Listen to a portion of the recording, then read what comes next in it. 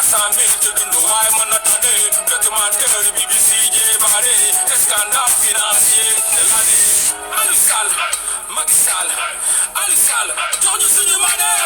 Aliou Sall Macky Sall Aliou Sall jox ñu suñu mane.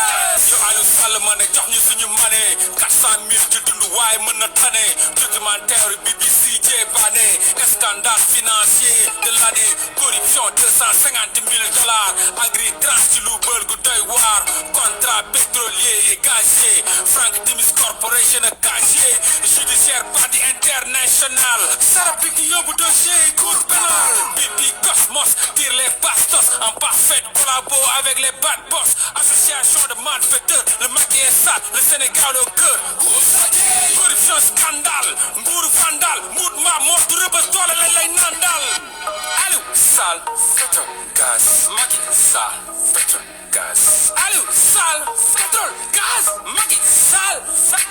Yo Aliou Sall ma ne jox ñu suñu mane. 400 000 te dund waaye mën na tane documentaire BBC jébaane scandale financier de l'année.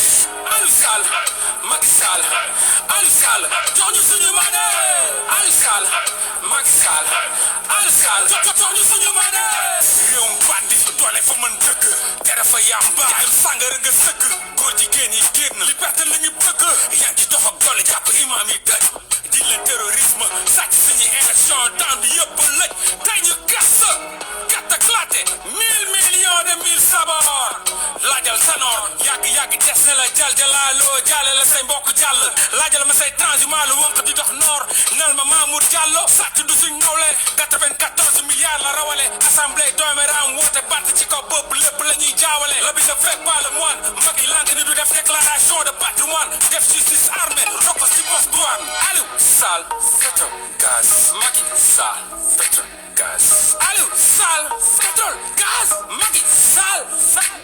Yo Aliou Sall ma ne jox ñu suñu mane. 400 000 te dund waaye mën na tane documentaire BBC jébaane scandale financier de l'année.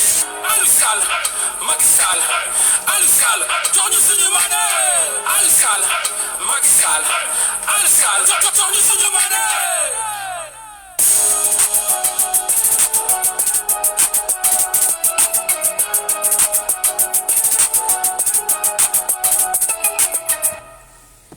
Assalamualaikum warahmatullahi taala wabarakatuh. Ñu ngi ziar ñëpp di màggal ñëpp di ndamoo ñëpp di tiitaroo ñëpp. man la seen mbokku patriote sénégalais Mollah Morgun maa ñëw di waxtaan ak yéen ci tolluwaayu réew mi Sénégal mooy li ñu bokk te mënuñu ko séddoo. Depuis pas mal de temps dama leen woo yéen sénégalais ci clarification d'un dossier bu nguur ficelé pour la liquidation d'un opposant mu presque fait def 1 an yoo xam ni am na ay investigateurs yu dugg ci dëkk bi di lijjanti nu ñu leen joxee la vraie information, l'information à savoir ñaar muy Pape Alé Niang, respect à lui, et Babacar Touré Kewolo. Lépp lu ngeen for ci l'histoire de Adji Gate de Adji Sarr ba suñ jonn yàlla tey ñaar ñoo leen di jox ay information juste et vrai yu am ay sources muy Pape Alé Niang et Babacar Touré, respect à eux. ñooñu dañuy am information indil leen def 1 an yàlla man maa ngi newoon ci sama engagement citoyen bu mu mës a nekk depuis Mollah Morgun en tant que rappeur, en tant qu'activiste, en tant que combattant, en tant que créateur même d'un mouvement de révolte et d'indignation au Sénégal. Koo xam ne mi ngi ci front yi gis nañ ko ci bu ñuy xeex franc CFA mu nekk au devant koo xam ni en fait yàgg nañ ko gis muy xeexal Sénégal ci bépp côté donc depuis le début de l'histoire musu leen am clarification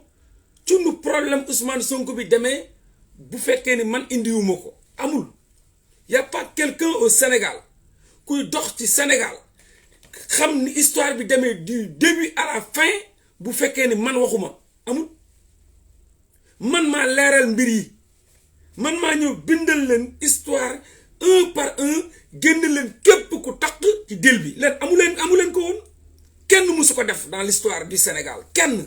y a jamais eu quelqu'un bu ñëw tracer leen de chez Madame Tall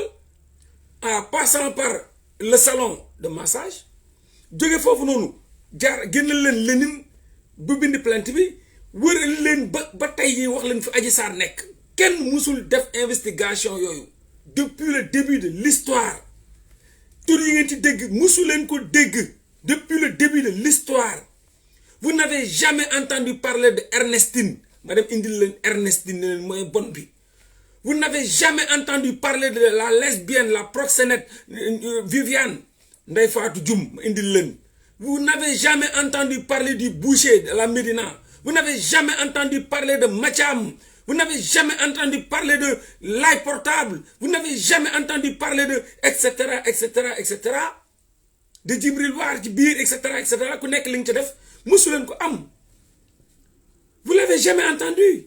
parler kenn musul indi ni ma leen exposé woo nu ma exposé histoire bi jox leen ko kenn musu ko indi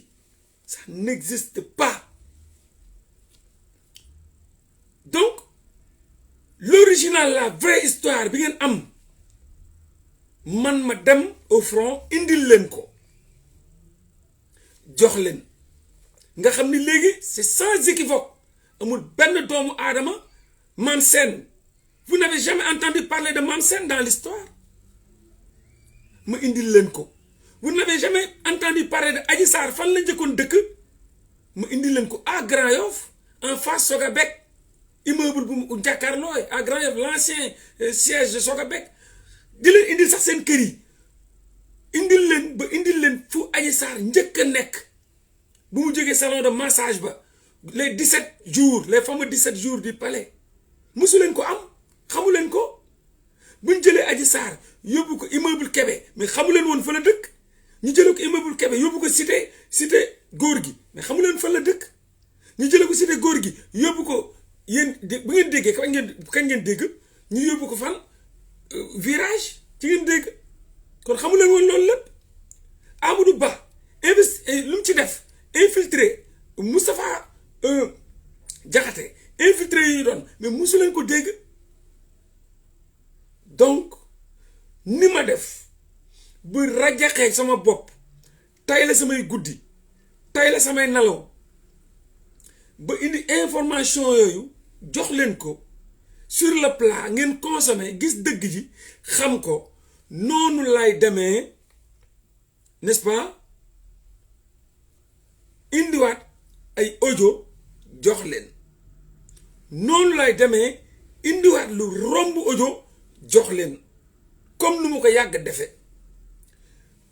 jëlu leen sama loxo bi lem ko ne ma indil ñu ay information man maa dem au front indi information yu ba pare tegal la ko ba jox leen ko sous forme de film ngeen seetaan ko yéen ñëpp nangu kontaan li leen demoon seen xel leer ma demaat au front dajale lu ma mën indil leen ay audio na ma leen indiloon histoire bi ba ngeen déglu ko consommer ko mu leer ci seen xel noonu laay demaatee indil leen ay audio joxaat leen mu nekk ay lu nga xam ne mun na firndeel audio yi li may wax message duma ci yem yéen di ngeen toog di ko seetaan man noonu laay demaatee indiwaat leneen lu ngeen xalaatul te lu ma leen waxut tant que histoire bi teguñu ko ci suuf ba mu jeex tàkk jël passeport jàmbur bi delloo ko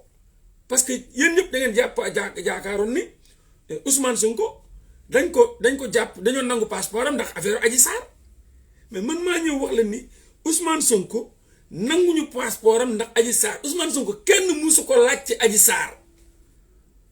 ba ci kanamu doyen des juges Samba Sall bi nekk yomal xiyam musul laaj Ousmane Sonko ci Adji Sarr Ousmane Sonko musul dem brigade ba donc Ousmane Sonko ba suñ jon yàlla tey kenn musu ko yëy yàbbi laaj ko ci Adji Sarr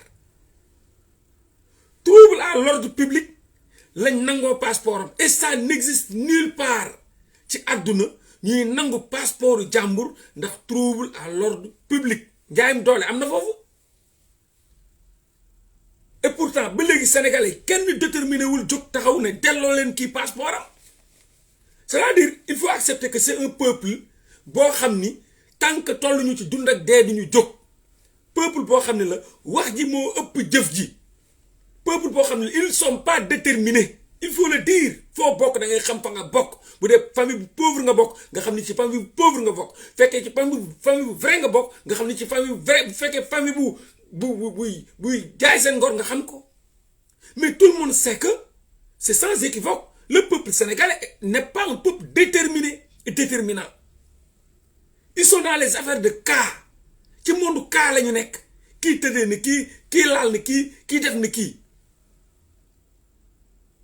te loolu rek moo leen intéressé mais il y a des formes d'oppression du gouvernement mais doo leen ci jógul mais doo leen jógati te man xam naa ni doo leen jóg xam naa ni doo leen jóg xam naa ni n'est-ce pas doo leen jóg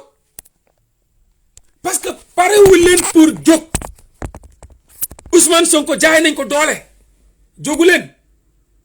jaay nañ ko doole mais jógu leen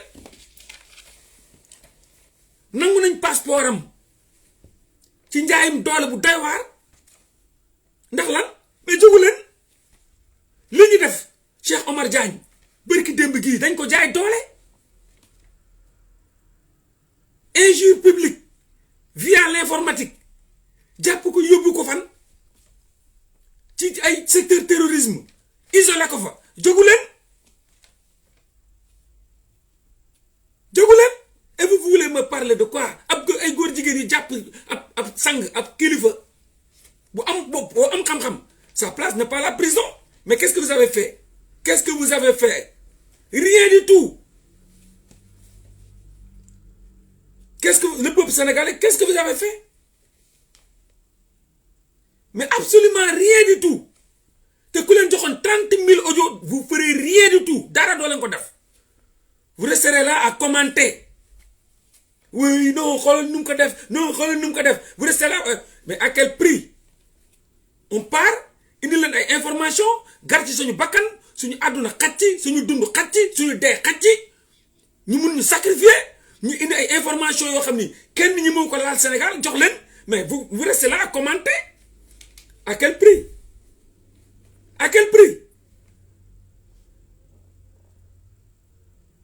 vous pensez que les affaires lii nii c'est benn affaire u caaxaan la quoi c'est pas du sérieux quoi ay déglu ay ak commenter quoi ñu yónnee leen benn affaire ngeen seetaan ko déglu ko oh c'est catastrophique wow nii la ko def wow kaa leen añ ngeen dem dóor seen ceeb ba mu naaw naan seen ataaya kaa leen ndogu ngeen lekk seen kii toog seen mburu ak toog wala seen mburu ak meew toog mais quand même vous pensez que nous on joue pas il y a de ces choses yi jaar Sénégal dëkk yu mu jaar des révoltes la population bi mais lépp loo gis dëkk yu am révolution yëpp injustice sociale injustice moo waral fippu printemps arabe nee naa leen injustice moo waral fippu ab booy bu doon jaay à la sauvette maanaam bitiku mbagg moom lañ fa doon jëlee taabalam loolu moo indi le printemps arabe booy bi taal boppam ba mu taalee boppam askan wi yëpp génn et pourtant kooku du leader politique simple citoyen lambda la mais moo soulevé toute une nation partout révolution yoo gis yëpp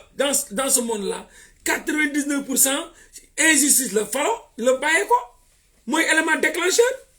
mais vous ñaata injustice moo tegu ci seen bët au vu aussi de tout le monde ngeen ne tekk bougé wu leen wax naa leen ñu doon wax naa leen ko ci ay live ñu ma doon suivre nee naa leen ña xeexoon dee nañ ñi nekk fii duñ xeexkat waxoon naa leen ko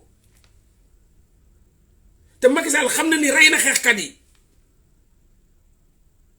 parce que ces gens-là ne sont pas déterminés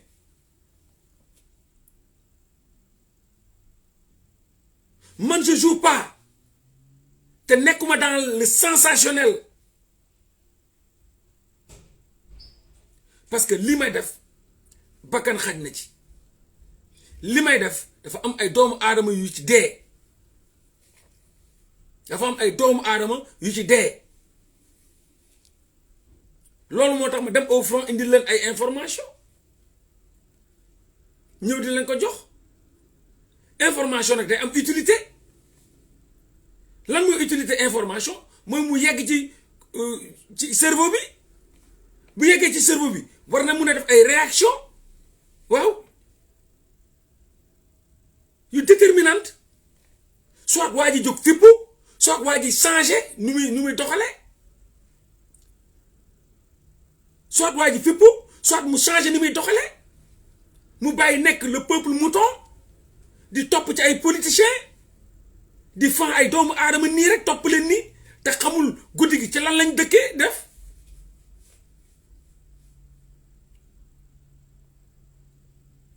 man je suis dans un combat de conscience citoyenne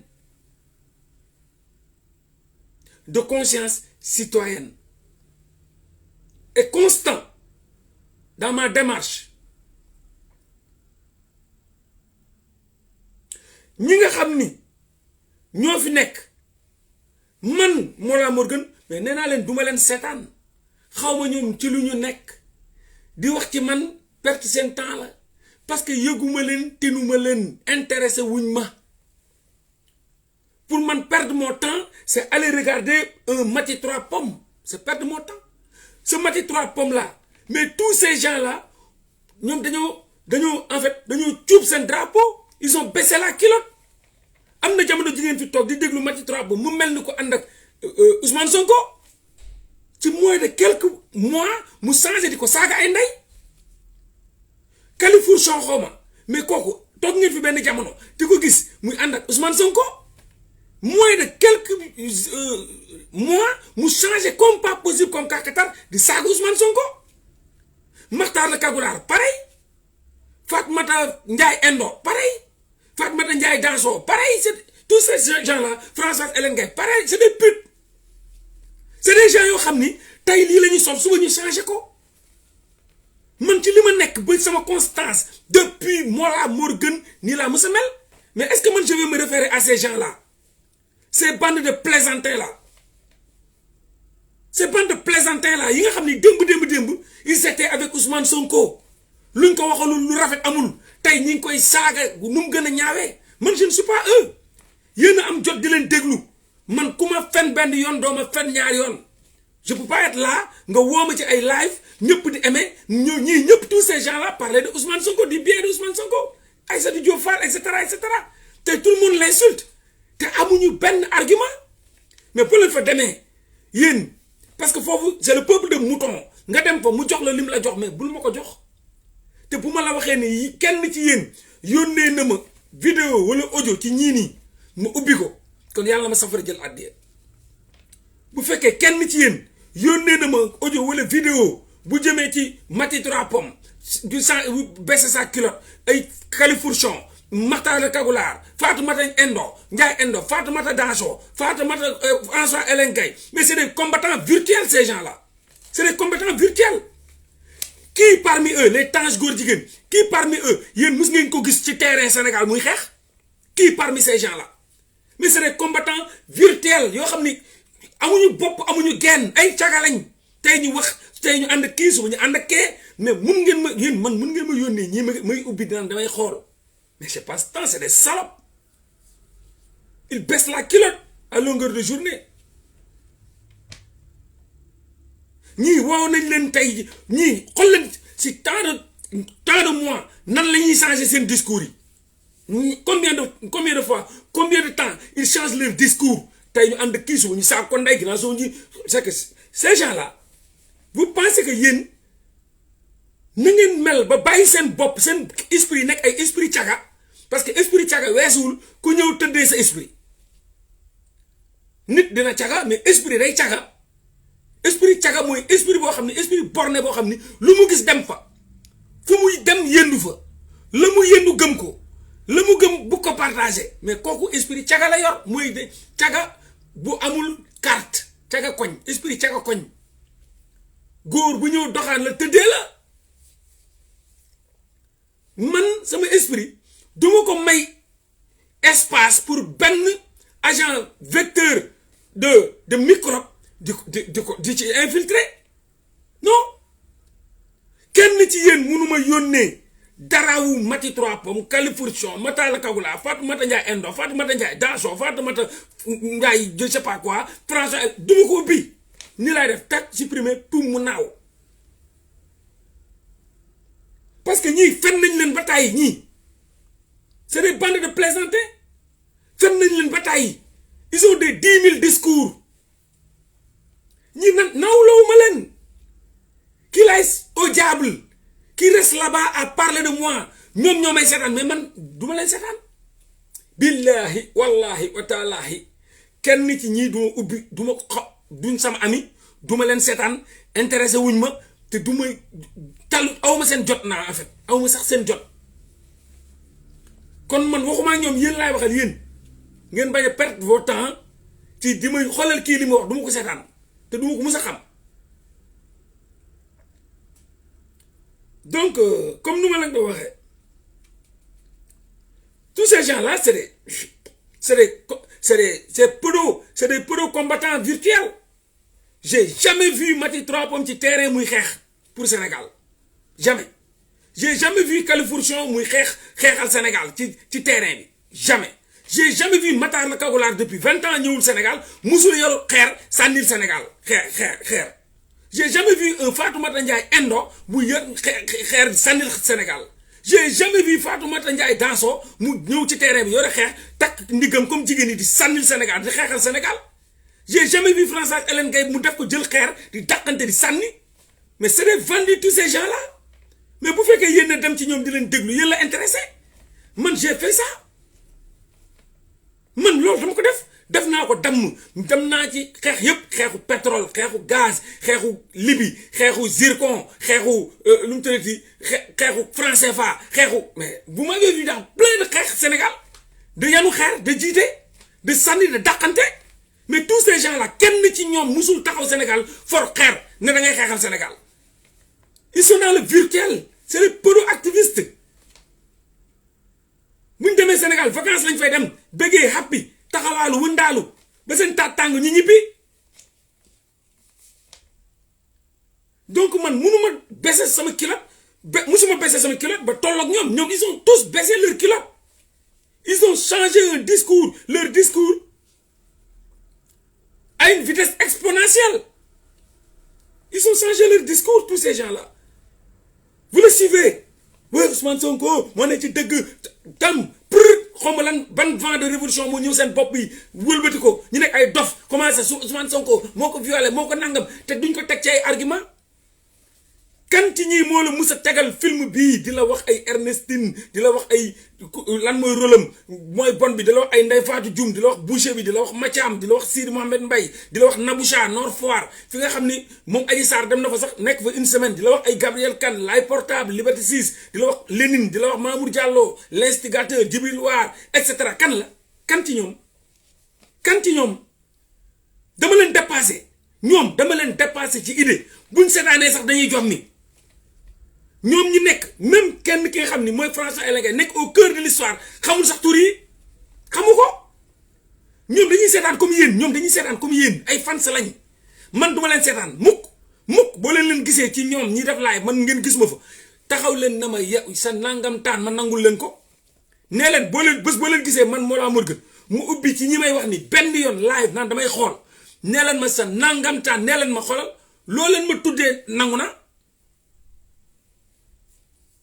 Je ne leur donne pas du crédit. C'est ce qui les regarde, leur donne du crédit. Mais man intéressé wuñ ma te ñoom ñu ngi may seetaan parce que saa yu ma paree ñu tontu saa yu ma paree ñu tontu.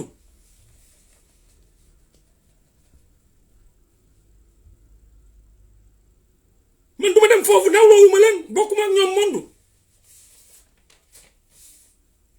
man sama débat bokkul ak ñoom man quand tu m'entends parler. Tu sais que au-delà du Sénégalais, je suis un panafricaniste. Personne parmi eux ne se réclame panafricaniste. Personne qui ne se réclame panafricaniste. C'est juste des Sénégalais. Lambda. Moi, je me dépasse le Sénégal. Je suis un panafricaniste. J'œuvre pour la souveraineté de l'Afrique, le développement endogène, l'indépendance monétaire de l'Afrique, l'autodétermination, combat contre l'oligarchie occidentale, les forces occultes. Le combat contre le néocolonialisme, le globalisme occidental, le capitalisme, les doctrines, le communisme, le socialisme, le libéralisme. Moi, j'œuvre pour le panafricanisme, le doctrine panafricaniste. Beaucoup de niveau, beaucoup de vision, beaucoup de bug, beaucoup de objectifs, beaucoup de démarches. Moi, je défends des identités collectives.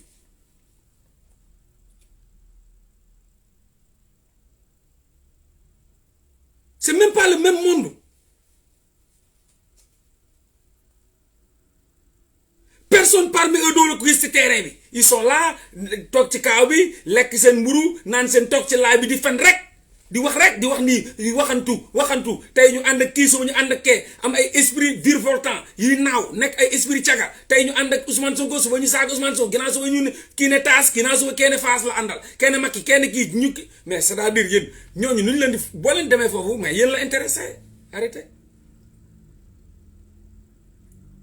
Mais man, je suis dans le champ de la révolution. Par la révolution virtuelle. Ça, you me virtuel, c'est parce que je suis au Sénégal. Mais pour moi, au Sénégal, je dois sortir dans le virtuel, dans le champ, pratique, il faut le demander à Nidof combien de fois il a dit il faut le demander à Abdou Karim Gueye combien de fois il a dit il faut le demander à Y'en a marre combien de fois il a dit mais ñi ma leen di wax ni yëpp kenn musul daje ak ñoom ci xeex kenn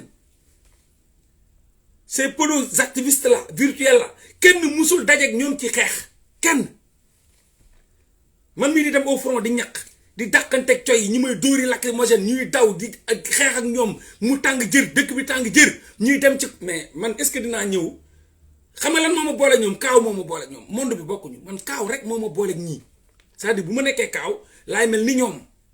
laay toog di wax virtuel mais bu ma génnee kaaw damay demaat ci sama monde boo xam ne ñoom bokkuñu fa nekkuñu fa te doo leen fa gis aux abonnés absents la ñuy nekk kaaw kese moo ma boole ak ñoom bu may wax ñuy wax rek c'est parce que kaaw laa nekk mais bu ma génnee kaaw monde ñoom Abdou Karim Gueye laay nekk dem gisante ak Abdou Karim Gueye ñu ànd gang bi dajale gars yi benn tali lu mu tuddati koñam waagu ñaay bopp ma dem jëli ko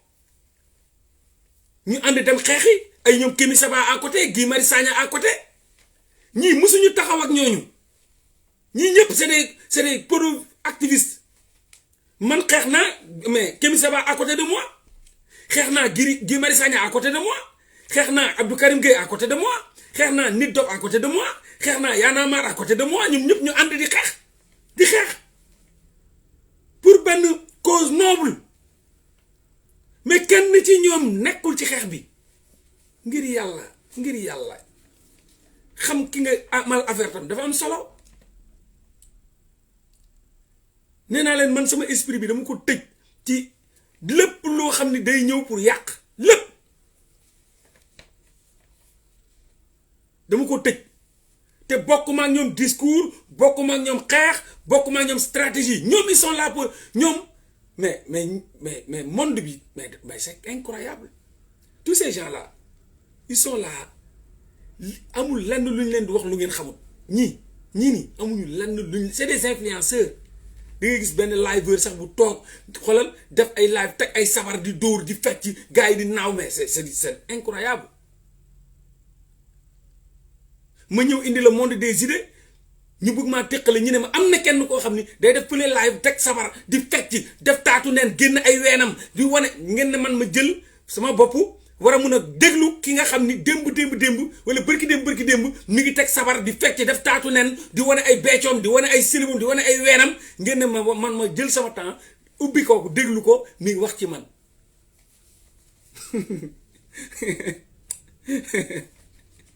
réew mi moo neex quoi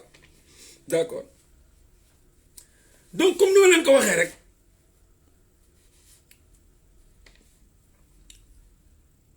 xeex boo gis day am ay dégâts collatéraux boo nekkee ci benn xeex fekk gars yi nekk dans l'émotion ak caaxaan yow nga indi vérité mais ñoom ñëpp dinañ jóg parce que bokku leen monde xamuta bokkuñu monde ñoom ils sont dans le monde des clics le monde des likes le monde des commentaires le monde des vues lépp lu ma leen jaaxal mooy ni àdduna bi dawee ñëw jamono ji di déglu Mollah Morgun loolu moo tax ñoom ñëpp di sànni parce que ñoom nit ya newoon dem ci ñoom ñoo nekkatul foofu conscientisation bi moo dem ba commencé di dugg ci nit yi di leen fa bàyyi ne yàq bu naqari gisatuñ léegi nit yi jaaxle ñu ne comme c'est Mollah Morgun ñoom ñëpp nga daw ci Mollah Morgun donc il faut insulter Mollah Morgun il faut jeter des pierres à Mollah Morgun il faut parler du mal à Mollah Morgun et tous ces gens-là ne me connaissent pas tous ces gens-là kenn xamuma ci buzz la ñuy wër buzz kese dañu keppoon buzz ba te man waruma buzz yàlla yanu yëpp dajale ñoom yëpp seen buzz nag am Mollah waxal ak jaam yi loolu moo leen sonal nii kenn ñoom ñëpp di paniquer parce que ñoom lu leen intéressé mooy dañuy toog amuñu lu ñuy def ubbi seen internet rek jàkkaarloog yéen di foo ñii di fen ñii di waxantu ñii nga xam ne ñoom ay esprit yoo xam ne yu tardé lañu yor ñii nga xam ne 20 ans ñëwuñu Sénégal ñii nga xam ne xoolal bu ñu nekkee Sénégal ci sabar yi la ñuy nekk ci xew yi la ñuy nekk taxawaalu musuñu nekk ci xeex foo lu ñuy foo vacances su dem seen yoon ñii amuñu ñii ils sont en fait has been ils sont dépassés xam nga 40 ans 20 ans ci camion xamoo Sénégal lu mu nekk léegi xamoo buntu Sénégal sax changé nañ ko léegi ni ñu duggee Sénégal ñoom xamatuñ ko bu ñu ñëwee aéroport Léopold Sédar Senghor la doon jaaree te xamuñu ni léegi am na Blaise Diagne xam nga comme buntu bu ñu doon duggee tëj nañ ko buntu boobu c'est erroné tëj nañ ko yàqu na dafa xomaat ñoom xamuñu ko dañuy dégg Blaise Diagne musuñu fa dem musuñu fa teg tànk mais kan kooku nan la mën a conscientiser yow nan fan lay jëlee information fan kan moo fan la koy jëlee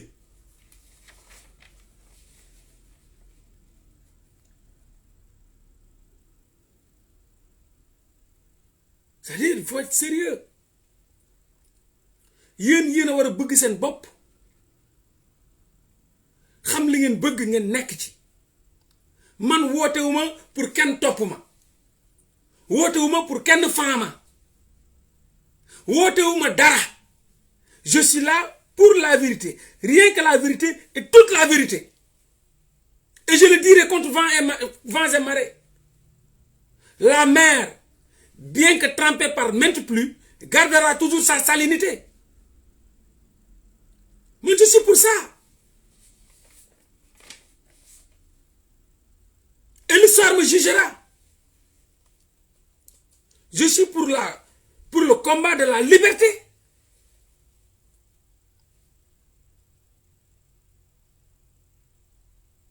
donc nu ma leen ko waxee ngeen jàpp ko mooy écoutez gis nga la chose là du caaxaan y a eu des morts y a eu des radiations y a eu des destructions de biens publics y a eu des destructions de biens ay supermarchés yu ñu lakk ay stations yu ñu taal ay emprisonnement ay empoisonnement ay souffrance ay dégâts collatéraux lii du caaxaan du xeexu caaxaan du xeexu laaxu caaxaan nekkuñu ci xeexu laaxu caaxaan lii un régime mun na ci daanu un régime mun na ci daanu nañuy def ba déstabiliser ce régime là ñun ci loolu lañ nekk te ñoom xam nañ ni ñun foowuñu on est là pour daane leen on est là pour yàqal leen on est là pour jëlee leen fii ñoom nalawatuñu dofuñu jën a jàpp leen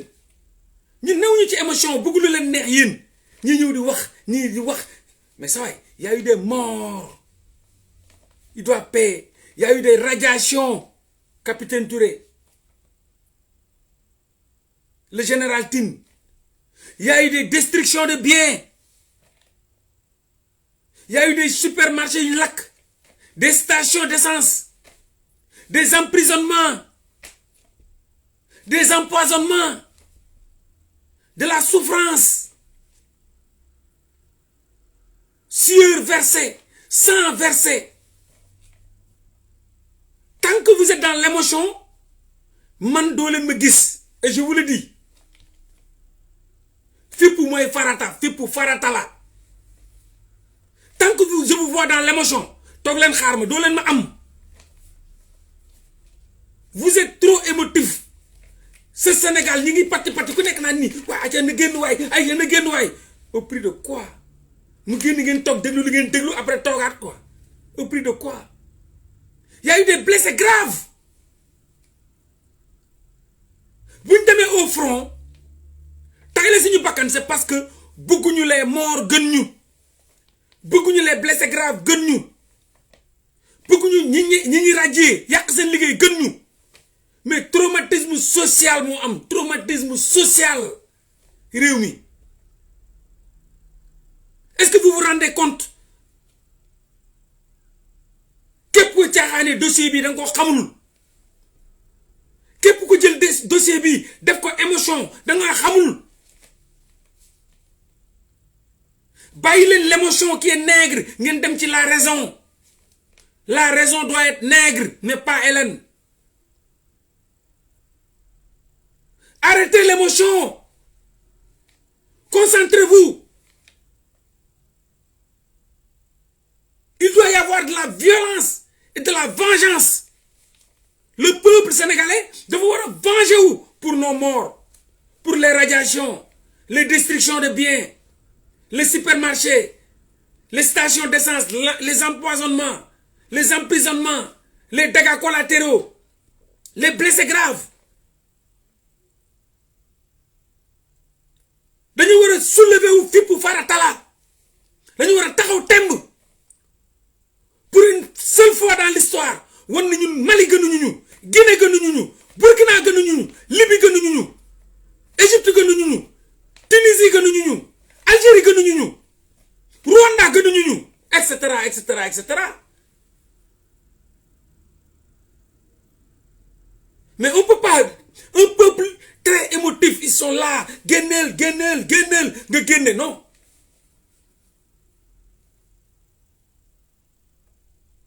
Sénégal yëpp ay activisme vu la ñuy wër vu 90% des activistes vu rek la ñuy wër vu et il doit se taire parce que amuñu benn information for fii for faa dajale fii dajale faa toog di la gololoo yow boo xoolee sax ki ngay déglu xam ni kii yaa ëpp xam-xam et tu es là à perdre ton temps parce que tu es émotionnel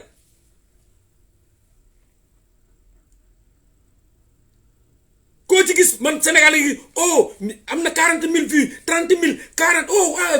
mais man sama bopp ay ree la may def man quand je vois des gens ñëw wuu ma laa du seen morom 10 000 vues 20 000 vues mais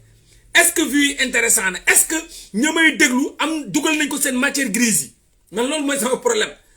bi du ay vues problème bi ñan ñoo comprendre mooy sama problème mi ngi mel ni nga am benn classe salle de classe pléthorique d'élèves fees dell ak ay élèves ngay joxe ay leçons ñu benn waaye ñëw fekk ci salle de classe bi ne wuu prof bi moom bëri na ay élèves ah mais non c'est pas le nombre c'est pas la quantité c'est la qualité. C'est pas la quantité, c'est la qualité. prof yi bëri na élèves ñaata élèves ñoo ci comprendre est-ce que mat na 5 est-ce que mat na 5 prof yi warul lijjanti salle bi nu mu pléthorique nu mu bëree ay nit non dafa war a lijjanti ñen ñoo ci comprendre man boo leen ma wax ay vues man dama naan mais man je suis pas dans ce monde en fait je suis dans le monde de la compréhension de la raison ngeen comprendre li may wax ngeen am suivi ci li may wax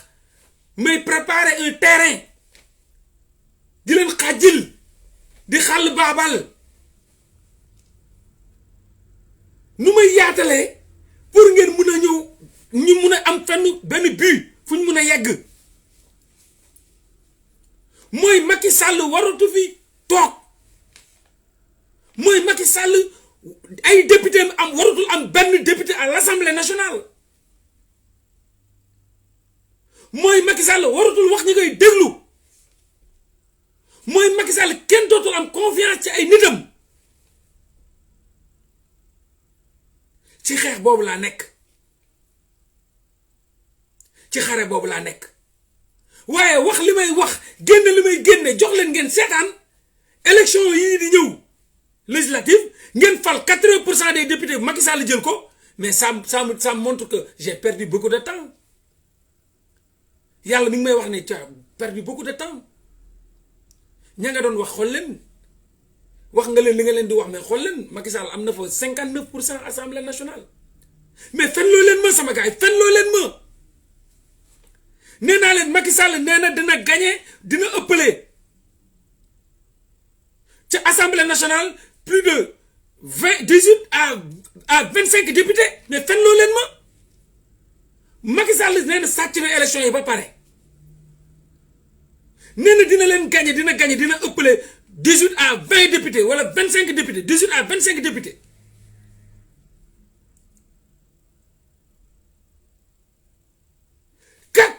morts 0 coupable ngeen toog fu ngeen toog naan indil audio 14 morts 1 an 0 coupable 1 an yàlla di leen ko bàyyi di leen ko xool 0 coupable 0 14 morts ñu ne kenn rayu leen kenn rayu leen peuple bi di yeewu di lekk di naan après di réclamer lan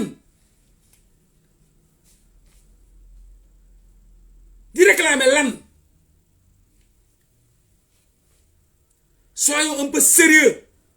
les gars lii du mbirum caaxaan soyez un peu sérieux c'est inadmissible dans un pays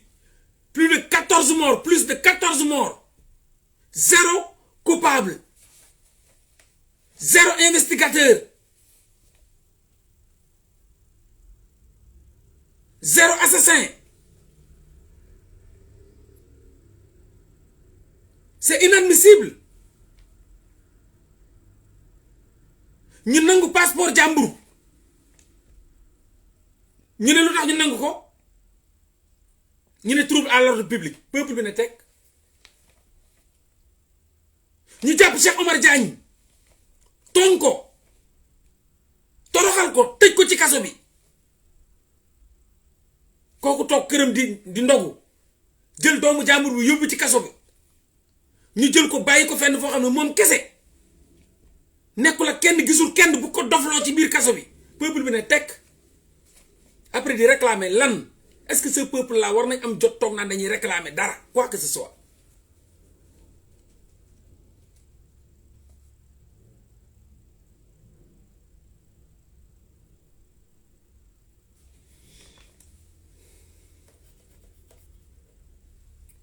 donc comme ni ma leen ko waxee l'affaire Adji Sarr je pense que leer na ci xelu ñëpp képp ku bugg a défier Mollah Morgun indil lu mel nii li ma teg indil ay tur ay sant ku ci nekk nga wax lan la ci def fan la ko defee nu mu ko defee maintenant s'agissant des audios comme je vous le dis Dieu m'a mis en rapport avec ab kilifa bu bokk ci ñoom nekk ci ñoom màggee ci ñoom mu jàng moom it yàlla may ko mu jàng xam xool ñëpp activistes yi mel ni day dof ci réew mi activiste virtuel les pseudo activistes virtuels mel ni day dof ci réew mi ku jóg ubbi sa live ratata mu xool ñëpp xamu leen ci aadama xamu leen ci awa xaw ma ci aada xaw ma ci awa repéré ma nekk magum jëmm déglu ne kii nii moo war a doon créneau bu war a mun a porter ce combat là bu ma ko joxee je pense que dina porter ce combat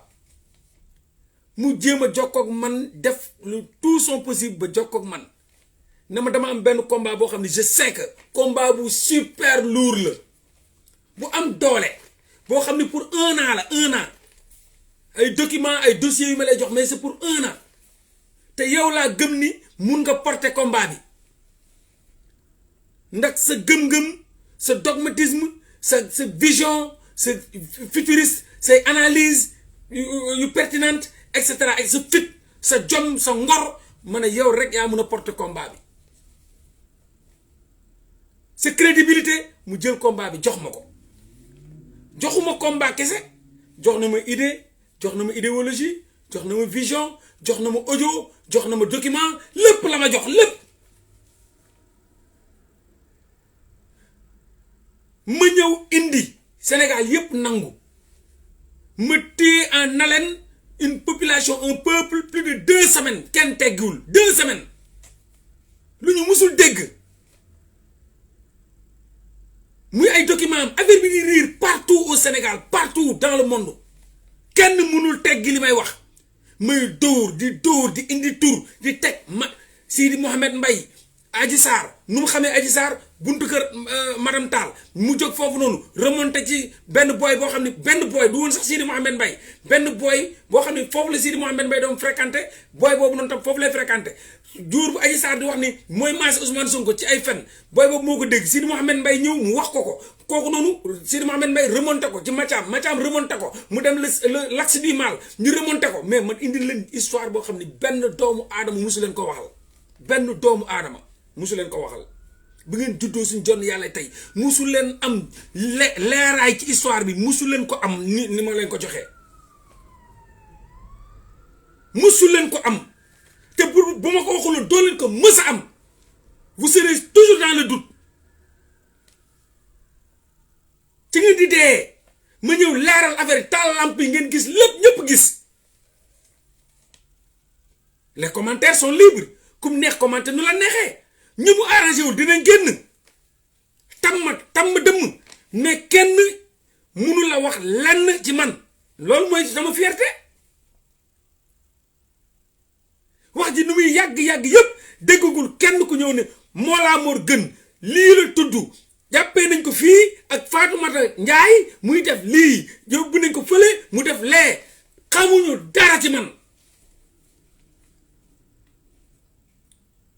dara booloo jeex bàyyiwuma benn casserole derrière moi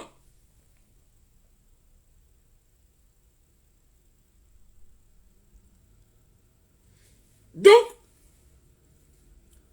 ni ma leen expliquer loolu laay continuer di expliquer li nga xam ni paa bi jox na ma ko muy ay audio muy ab kilifa ñu wax li ñuy wax mu ne ma étape par étape peuple bi nuñ bëgg bëri ak nuñ bëgg man mii ñëw jox la maa gën a bëgg la vérité ma ne ko waaw kay mu ne peuple nu ñu yàkkamti man mii ñëw indi dossier bi ne la tàmbaleel fii maa gën a bëgg la vérité jaillir ma ne ko waaw mu ne kon déglu ma ki la jox ndékki bu la jigee añ mun nga koo gëm ma ne waaw mu ne kon déglu ma koy déglu li may wax lépp ma naan ma waxeel fii teg ko nii waxeel nii maanaam commencel fii commencel fee des fois day ñëw rek résumé dama yow artiste nga am nga idée léegi développé ko des fois du ma jox sax lu bëri lan may jox ma xool lu mu ko développé pour mu jël temps ba mat sëkk kooku joxaguma ndigal pour ma génne audio yi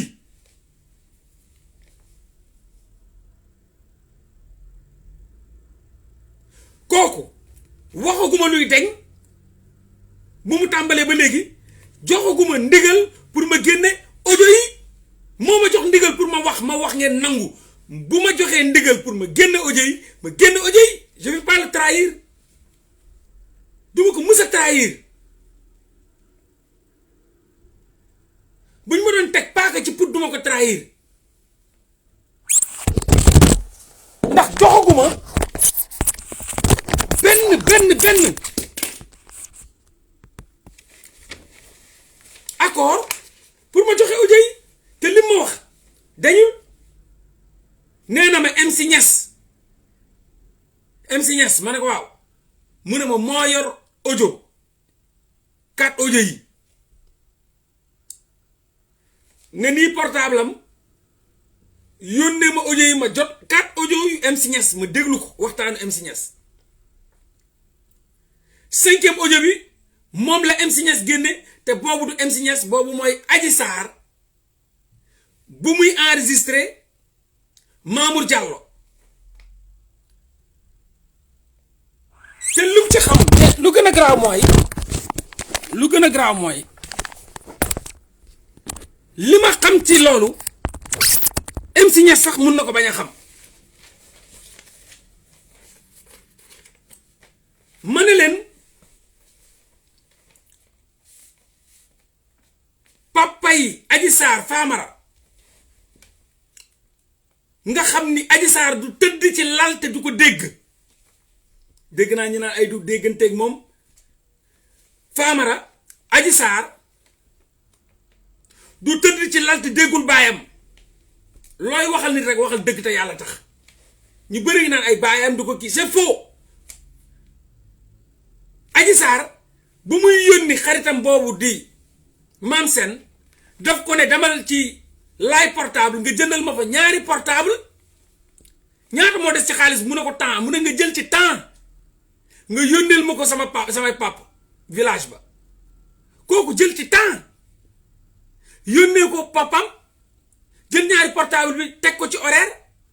et pourtant Sénégal yëpp a saaga Adji Sarr naan ay Adji Sarr fàtte na papam fàtte na mais c'est faux amul jour bu Adji Sarr di tëdd ci lal te du woo ay waajuram xam nañ lépp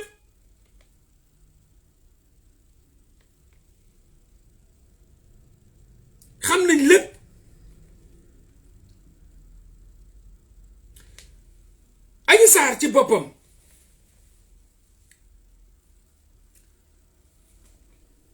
mooy dégganteeg papam moo ko ne dinaa la jox téléphone numéro MC Niass nga woo ko sa sëriñ la Adji ne ko waaw mu jël numéro téléphone am jox ko papam Famara jël numéro téléphone MC Niass Baye Mbaye jox ko Adji Sarr ne ko woowal sa sëriñ Adji Sarr jëlul téléphone am numéro téléphone bi nga xam ne mi ngi sous écoute Adji Sarr jëlul numéro téléphone bi nga xam ne mi ngi sous écoute di woo MC Niass te MC Niass xamul loolu xam nga Adji Sarr nan la def benn agent BIP la Adji Sarr woo jox ko xaalis da ko wutal ma pis ne neen foog ne Adji Sarr dafa dof ak am bopp benn agent BIP la Adji Sarr woo jox ko xaalis ne ko jëndal ma pis kooku dem wutal ko pis Tigo Adji Sarr dugal ko ci portable am di ci jokkoo ak MC Niass Adji Sarr jëlul téléphone am bi nga xam ne numéro téléphone bi nga xam ne mi ngi sous écoute mooy orange am bi déedéet mënul génne dem jëndi pis déedéet est-ce que xam ngeen histoire boobu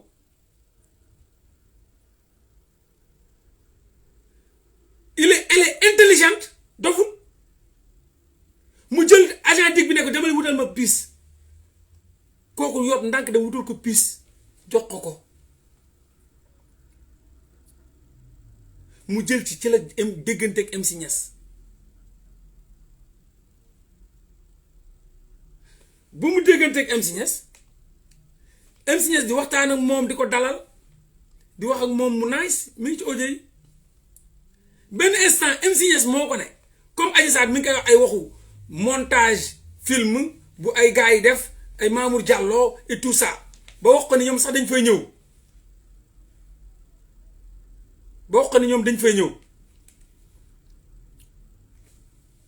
moom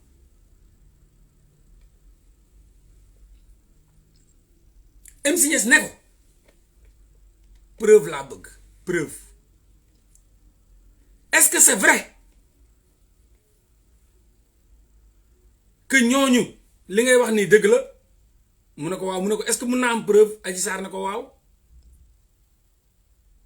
moo tax Adji Sarr était dans ses gardes Mamour Diallo bu mu ñëwee Adji Sarr ne ko rek enregistrement ne ko teg noonu di wax ak moom nii ñu toog di waxtaan téléphone baa ngi nii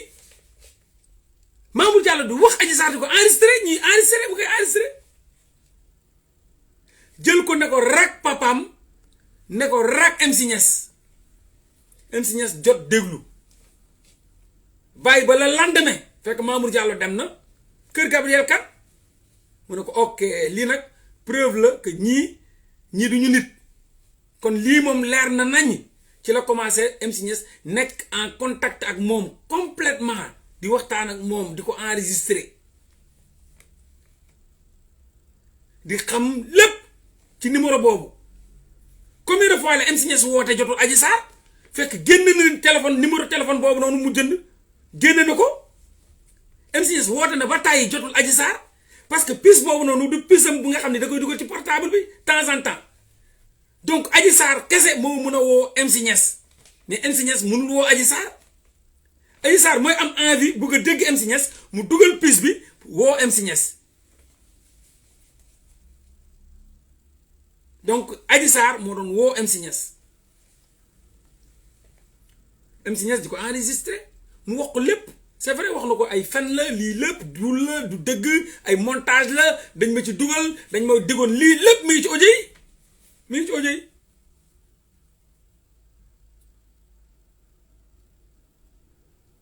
ak leneen